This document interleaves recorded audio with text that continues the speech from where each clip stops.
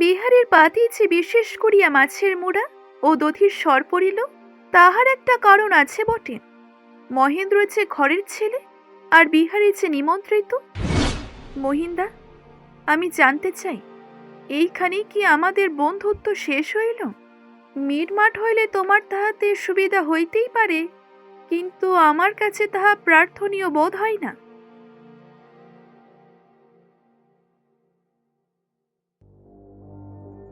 বিহারী আজ অনেকদিন পরে নিমন্ত্রিত আত্মীয়ভাবে মহেন্দ্রের অন্তঃপুরে প্রবেশ করিল। বাল্যকাল হইতে যে ঘর তাহার পরিচিত এবং যেখানে সে ঘরের ছেলের মতো বারবার প্রবেশ করিয়াছে, সেই দ্বারের কাছে আসিয়া মুহূর্তের জন্য সে থমকিয়া দাঁড়াইল। বিহারীর চোখ দিয়া জল পড়িতে লাগিল। সেই চোখের জলকে সংবরণ করিয়া সে হাস্যমুখে ঘরের মধ্যে প্রবেশ করিল এবং রাজলক্ষ্মীকে প্রণাম করিয়া তাহার পায়ে ধুলাও লইল। বিহারীর মনে হইতে লাগিল, আজকে যেন সে বহুদূর প্রবাস হইতে পুনর্বার ঘরে ফিরিয়া আসিল। বিহারী প্রণাম করিয়া উঠিবার সময় রাজলক্ষ্মী সস্নেহে তাহার মাথায় হস্তস্পর্শন করিলেন। রাজলক্ষ্মী আজকে সহানুভূতিবশত বিহারীর প্রতি পূর্বের চেয়ে অনেক বেশি আদর ও স্নেহ প্রকাশ করিলেন। বিহারীকে তিনি কহিলেন, ও বিহারী, তুই এতদিন আসিস নাই কেন? আমি রোজ মনে করিতাম এই হয়তো আজকে বিহারী আসিবে, কিন্তু তোর তো দেখাই নাই। বিহারী তখন কহিল, রোজ আসিলে তো তোমার বিহারীকে মনে করিতে না মা। তা মা, মহিন্দা কোথায়? রাজলক্ষ্মী তখন বিমর্ষ হইয়া কহিলেন, মহিনের আজকে কোথায় নিমন্ত্রণ আছে, সে কিছুতেই থাকিতে পারিবে না। শুনিবা মাত্রই বিহারীর মনটা বিকল হইয়া গেল। আশৈশ্য প্রণয়ের শেষ এই কি পরিণাম! একটা দীর্ঘ নিঃশ্বাস ফেলিয়া মন হইতে সমস্ত বিস্বাদকে তাড়িয়া দিবার চেষ্টা করিয়া বিহারী জিজ্ঞাসা করিল, তামা, আজকে কি রান্না হইয়াছে শুনি? এই বলিয়াই তাহার নিজের প্রিয় ব্যঞ্জনগুলির কথা জিজ্ঞাসা করিতে লাগিল। এমনই করিয়া রাজলক্ষ্মী ও বিহারীর মধ্যে কথা হইতেছে। এমন সময় মহেন্দ্র আসিয়া বিহারীকে জিজ্ঞাসা করিল, কি বিহারী, কেমন আছো? রাজলক্ষ্মী কহিলেন, কই মহিন, তুই তো নিমন্ত্রণে গেলি না? মহেন্দ্র তখন তাহার লজ্জা ঢাকিতে চেষ্টা করিয়া কহিল, হ্যাঁ মা, সেখানে আর যাইব না, সেটা কাটাইয়া দেওয়া গেছে। স্নান করিয়া আসিয়া বিনোদিনী যখন দেখা দিল, তখন বিহারী প্রথমটা কিছুই বলিতে পারিল না। বিনোদিনী ও মহেন্দ্রের মধ্যে যে দৃশ্য সে দেখিয়াছিল, তাহা তো তাহার মনে মুদ্রিতই ছিল। বিনোদিনী বিহারীর অনতি দূরে আসিয়া মৃদুস্বরে কহিল, কি ঠাকুরপো, একেবারে চিনিতেই পারো না নাকি? বিহারী তখন কহিল, সকলকে কি চেনা যায়? বিনোদিনী তখন কহিল, অবশ্যই, একটু বিবেচনা করিলেই চেনা যায়। পিসিমা, খাবার প্রস্তুত হইয়াছে। মহেন্দ্র বিহারী খাইতে বসিল। রাজলক্ষ্মী অনতি দূরে বসিয়া দেখিতে লাগিলেন এবং বিনোদিনী পরিবেশন করিতে লাগিলেন। মহেন্দ্রের খাওয়াই মনোযোগ ছিল না, সে কেবল পরিবেশনে পক্ষপাত লক্ষ্য করিতে লাগিল। মহেন্দ্রের মনে হইতে লাগিল, বিহারীকে পরিবেশন করিয়া বিনোদিনী যেন একটা বিশেষ সুখ পাইতেছে। বিহারীর পাতিছে বিশেষ করিয়া মাছের মুড়া ও দধির স্বর পড়িল। তাহার একটা কারণ আছে বটে।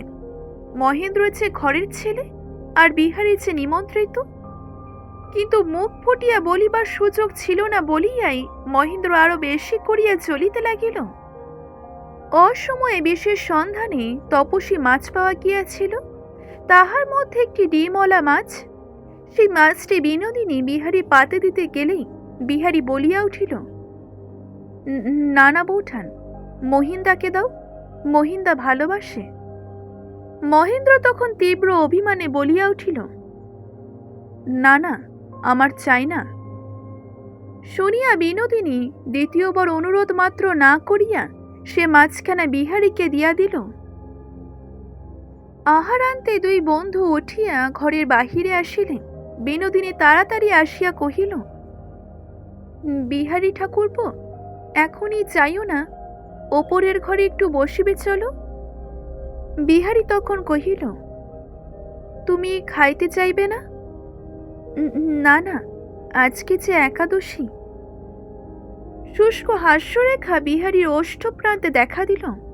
তাহার অর্থ এই যে একাদশীকেরাও আছে, কিন্তু অনুষ্ঠানে ত্রুটি নাই। অবশ্য তাহা বিনোদিনীর চোখ এড়ায় নাই।